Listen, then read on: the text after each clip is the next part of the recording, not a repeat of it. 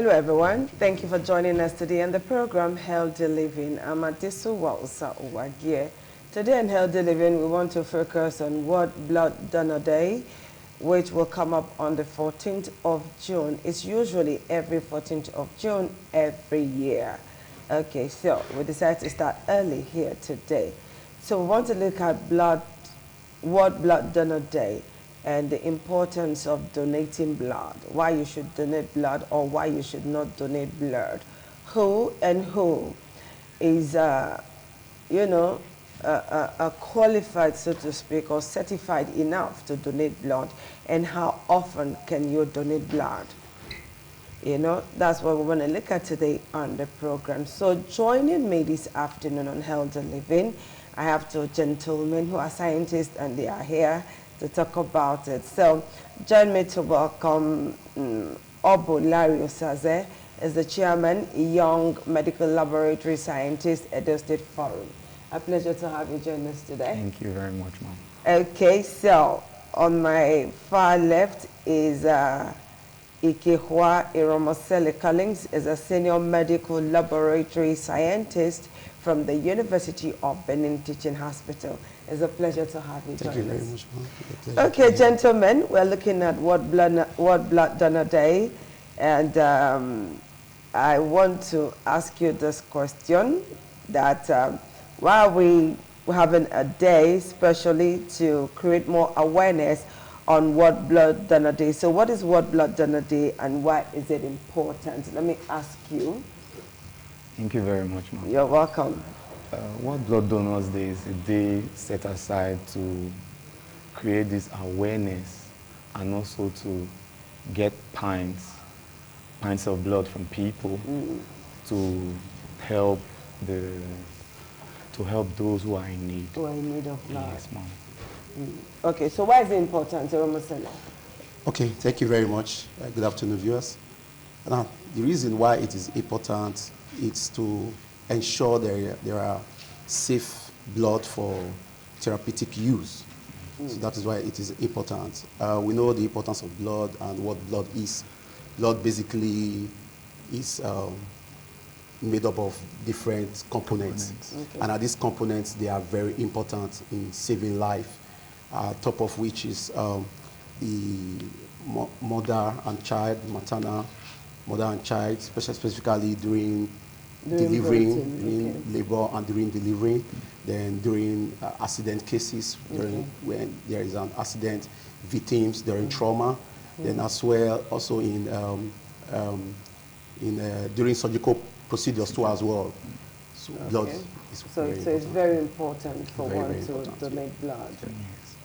Okay, now, what are the common misconceptions about blood donation? Because, you know, like I've had to discuss with some person to say, no, I cannot donate blood. Though. If I donate blood, the one in my body will finish, you know, or I'll feel dizzy, or I'll fall sick, or maybe they'll go and use the blood for something else. So talk to us, what are the misconceptions about blood donation? Those are actually the limiting factors we have when it comes to blood donation. That's why blood is short in circulation.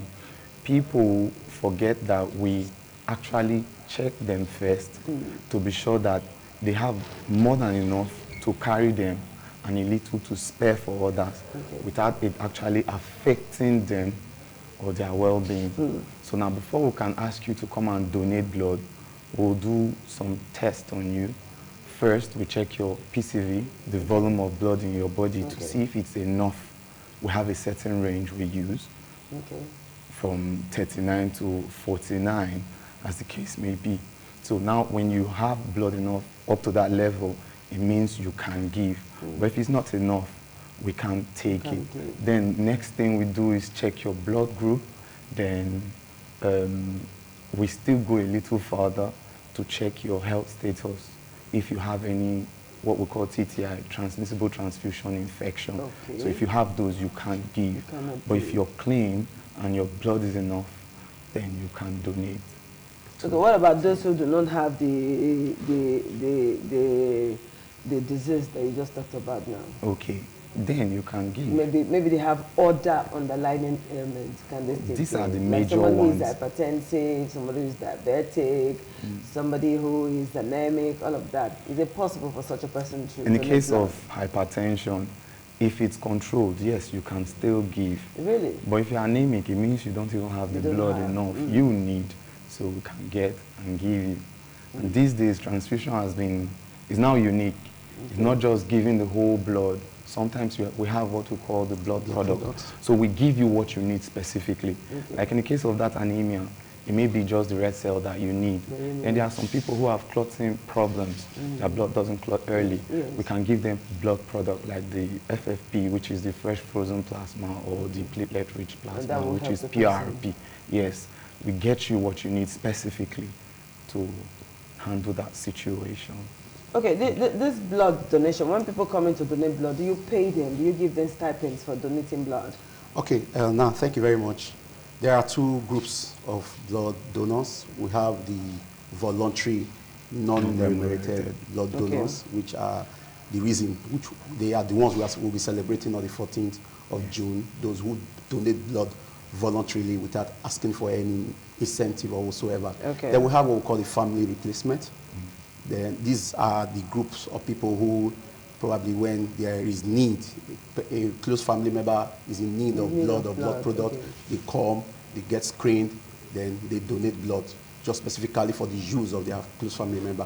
Then we have the remunerated blood donors. This group of persons, we frown at it because we actually don't get blood of good yield from this set of people because they do it too often and too frequently, which is not even good to their heads. So, yeah, it is wrong to give incentive because God has for blood, because this is a thing God has given you freely. So I don't see any reason why you should want to ask Fantastic. for anything to You just said something. out, This is what God has given to the person free. And you do not see why that person should want to sell blood. But in hospitals, we buy blood. Yes. Like you We ask, buy blood. I come to donate blood freely to somebody. I just come to your bank and say, okay, as a good Nigerian, as a good citizen of the country, as somebody who loves my neighbor, I come to donate blood freely. And then peradventure, when I need that blood, I don't get it for free in the hospital. I have to buy. Thank you very much. While he was addressing some of the misconception about that, I wanted to chip that in. A lot of people say, I donate blood freely, but when another person who I know is in need of blood, they get to pay for it. But the truth of the matter is that you actually cannot afford it. To get blood, you cannot afford the price for blood. Because now the reason is that what you pay for, what you are asked to pay for are utilities. It's not as if you are paying for the blood. Because now, yes, when you take blood... I've been to your blood bank in UBTH. Yes. So I know what I'm talking about. At any time, did anybody ask you for money?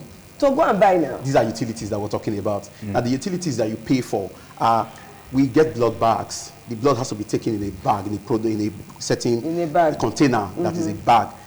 We get that to buy. We don't get it freely. So we buy that. Then we also do screening. The screening. Now this screening, the materials used for this screening, we buy them. We don't get them freely. Now, aside the screening and the blood bag, we also pay for utility. I think in the early morning show, it was even discussed. You know, utility is very vague. What are the utilities you're paying for? Because we need to understand.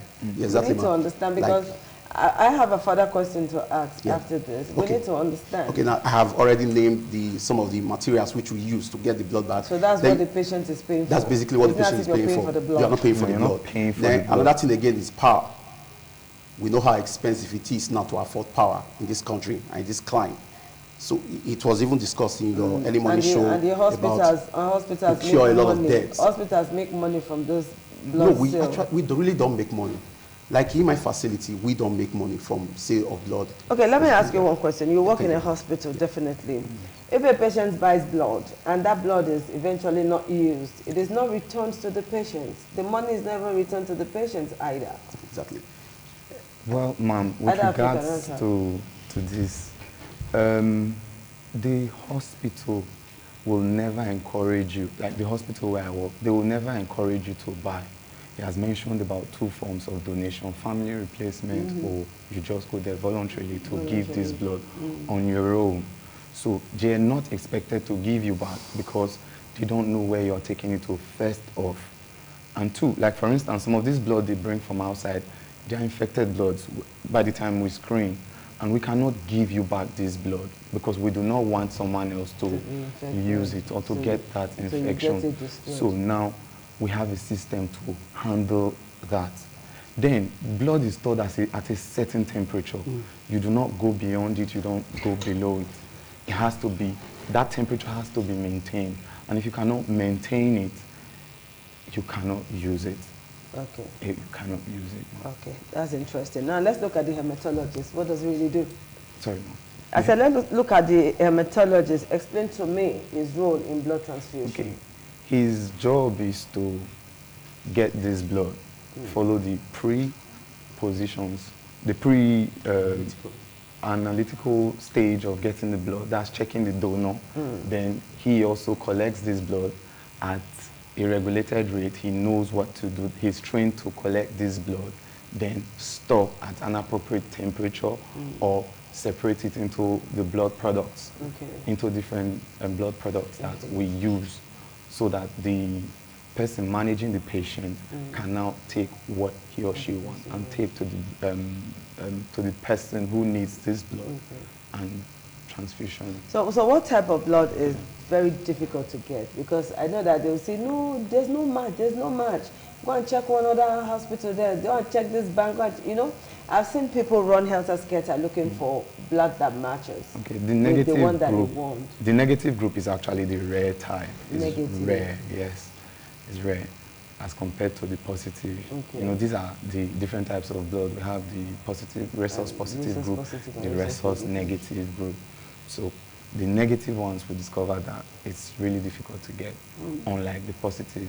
That is everywhere. Yes, it's so what's the role of the general donor now? You know, in medicine they say there are some category of persons that are described as general donor. They can universal donor. They can give to everybody. Yes, exactly. Now, just the way where you asked which one is the universal donor and universal recipient asks, because it is few, it is a rare blood group. So anyone who has it and who can give, they are the ones that are called the universal donor. Now, a patient who is in need of it and is of the same blood group is the universal recipient, and they have the O negative, those of the O negative blood group. They are the ones that are the universal donor. They are the ones that can give to any blood group at all whatsoever. And those of the AB positive, they are the universal recipients. They can accept anyone. Yes. Wow. Yes. That's interesting.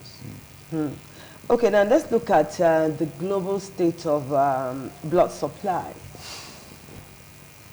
in the world, and then particularly in this our country, and specifically in Edo. What is the global blood supply like? What is it like in Nigeria? What is it like in Edo State? Okay. In Nigeria, we have a certain body set up to do this, who are tasked with the purpose of getting this blood, the NBTS, National Blood Transfusion. Okay, and in Edo State, we have a branch here. So these people are saddled with the responsibility of going out to get this blood. Now, the blood they get sometimes is not enough to cater for the need of the recipients, as he called them. So now, one of the reasons why we don't get it all that much is because the awareness is not high. It's not high. People are not aware that they can actually give blood and be okay. And some people don't know you can do this once in 3 months. And people don't know that we screen, we check you in, and as soon as we're sure that you can give us without any health implications to you, then you get this blood. Now when you go to the market, you hear people say words like, God forbid, you sell my blood, you want to go and sell my blood. Some will say you want to go and do rituals with it. Some will tell you they've not eaten, they don't even have to give. Whereas these people, some of them may even have it excess. They may even suffer some problems, they may even be suffering some problems that we would have been able to detect while screening them. And all these things, when they know that it's beneficial to them, it helps their circulation. You give your cells, your bone marrow opportunity to produce fresh cells as against those ones that wait to age and die, and the process starts Okay, again. please explain more on this issue of donating blood. I have never given blood. Okay. I have never given blood. So I need you to explain more on why we should donate blood. Okay. What will happen if we do not donate blood? Okay. How often should we donate blood? You know, we need to know all of this to know what to do, because I know that maybe one or two persons watching that may just want to donate blood but don't really know. So what is the implication of donating blood and not donating blood? Thank you. Thank you very much. The main goal for donating blood is to save life. Yes. The truth of the matter is that for every pint of blood that you donate, it is aimed at saving a life. life. A life is at stake. The demand is much, is enormous. And the number of people who come around to donate are very few. That's the challenge. And that's the reason why this year, World Blood Donor Day, we are celebrating those who've been donating before now, voluntarily. It's 20 years, it's 20 years, it's an anniversary year, 20 years anniversary. We are celebrating That's those. a huge one. Yes, 14th June. We're celebrating those who've been giving blood voluntarily without asking for any incentive at all. So if I don't whatsoever. give blood, what's going to happen? Now, to basically, me? Basically, Is there any health implication of not donating blood? well, really, it's not as if there's a health implication for not donating blood. But the truth of the matter is that you have this in abundance. Some people will say, instead of... I have it in abundance. How do you know? You didn't say my blood. Yes, Sorry, you sorry. have it in abundance. The Let me average human, comment. Okay. the average human has about 10 to 11 pints of blood in you. Yes, about So 6 you liters. giving out one per time is not going to kill you. I'm a Manchester United fan, and That's not of my yeah, concern. sorry. Let's talk about Now, there's blood an here. iconic. Okay, I don't know if I can call his name here. There's an iconic star Okay. who once played for that club. He does this 4 times a year. A year. The reason he has no tattoos. Okay. Yes, he does this 4 times a year. So that's what we encourage people to do. It's not going to take anything from you. In fact, you will be a superhero because you'll be saving a life. You know, looking at gender, like women, every month a woman bleeds. You understand? Do you advise a woman to donate blood? Yes. They can. They Regardless have of the the fact that she period bleeds in which every month. women can actually donate. They cannot donate while they're on their period, for instance. So we make sure they are 2 weeks away from period or 2 weeks before the next flow. So, and we check, once we check that the PCV is okay It's enough, okay. then this person can donate. Then for donation, I want you to see yourself as the hero. You have just saved somebody. Someone would have been dead, but for your contribution, that little pint you have given, you might be saving a child, you might be saving your family member. You have just given life. That's Okay, the okay, beauty okay. of Do I it. have to go to the hospital now to donate blood if I want to donate blood? Because sometimes I see this vehicle somewhere around Ring Road axis, and then you see some persons, you know, with small music and all. There was a day I didn't know what was happening there. I was like, "Ah, why is this vehicle here? Let me check, and I saw that they were donating blood. So if I want to donate blood now, do I have to start searching for all those vehicles all around town, or just go to a designated place? Please, to before donate you blood? donate blood, always, like you said, at Ring Road, look out for their names, look out for their logos, ask questions. Okay. Like when you see NBTS, that means you are dealing with national blood transfusion. So Okay. it's good to go there, it's So, safe to go there. okay. You can walk into any teaching hospital or any tertiary hospital and ask questions. They will direct you and they'll give you, they will take care of you while you're donating. They will check all these things that we've said before. You don't just go around donating blood to anybody, Okay. particularly those that will not pay attention to your health. So always watch out for the names, the people organizing it. You can find out from councils. We have Medical Laboratory Science Council, we have NMAs, we have people who the country have saddled with the responsibility of doing so this. it's very legal.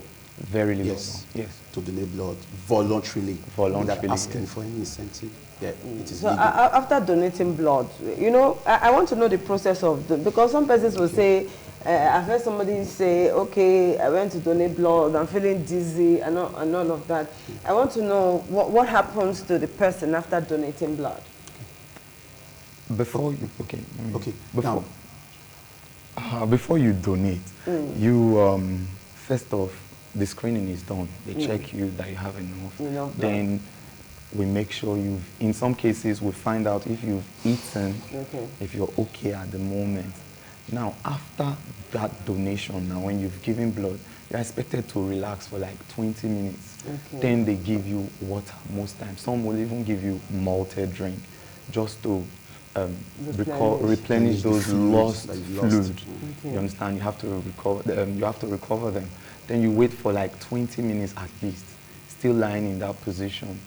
You have to wait so that the body comprehends what has happened, and then you cannot start going. It's okay to feel dizzy, but if you rush out, things like this happen.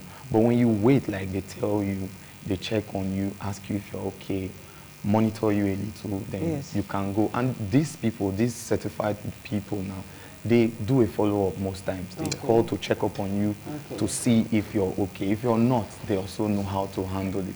Okay, in a donate now, where can I go to say I want to donate blood? As it is now, where can one just go without saying I want to go to the hospital? Where can one just go to say I want to donate blood? Okay, like he had already mentioned, the National Blood Transfusion Service. It's an arm of government, an agency of government. That's their sole responsibility to get this blood.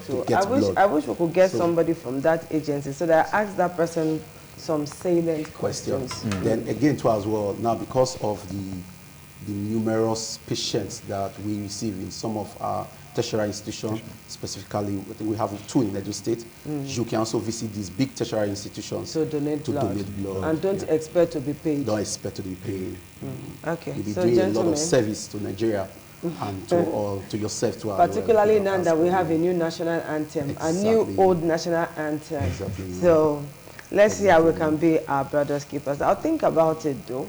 After this program, I'll see what we can do about that, because I would like to save our life. All right, guys, this is what we're going to do today. We thank you for watching.